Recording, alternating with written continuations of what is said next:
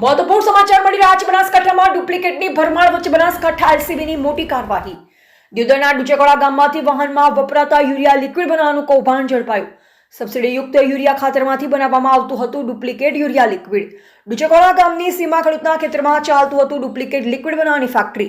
બાતમી આધારે એલસીબીએ રેડ કરી ઝડપી પાડી મોટા પ્રમાણમાં સબસિડીયુક્ત યુરિયા ખાતર તેમજ લિક્વિડ બનાવવાના સામગ્રી સહિતનો મુદ્દામાલની કાયદેસરની કાર્યવાહી કરવામાં આવી છે. એલસીબીએ દિયોદર પોલીસ મથકે મુદ્દામાલ લઈ જ વધુ કાર્યવાહી હાથ ધરી. પોલીસની પ્રાથમિક તપાસમાં સામે આવ્યું છે કે ખેડૂતે લિક્વિડ બનાવવાનો પ્લાન્ટ ઉભો કરાયો તે જમીન ભાડાપટ્ટે આપીને 4 વ્યક્તિઓને પકડી કાયદેસરની કાર્યવાહી હાથ ધરી છે.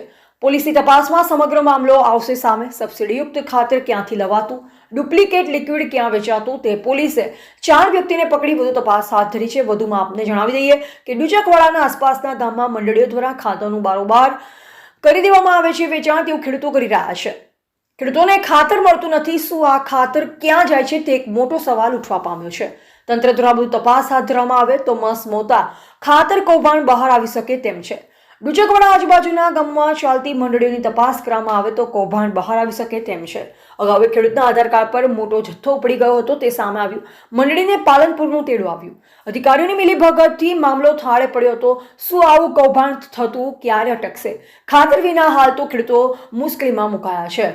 Bureau report Ramesh Rana, India live Gujarat, Banaskantha.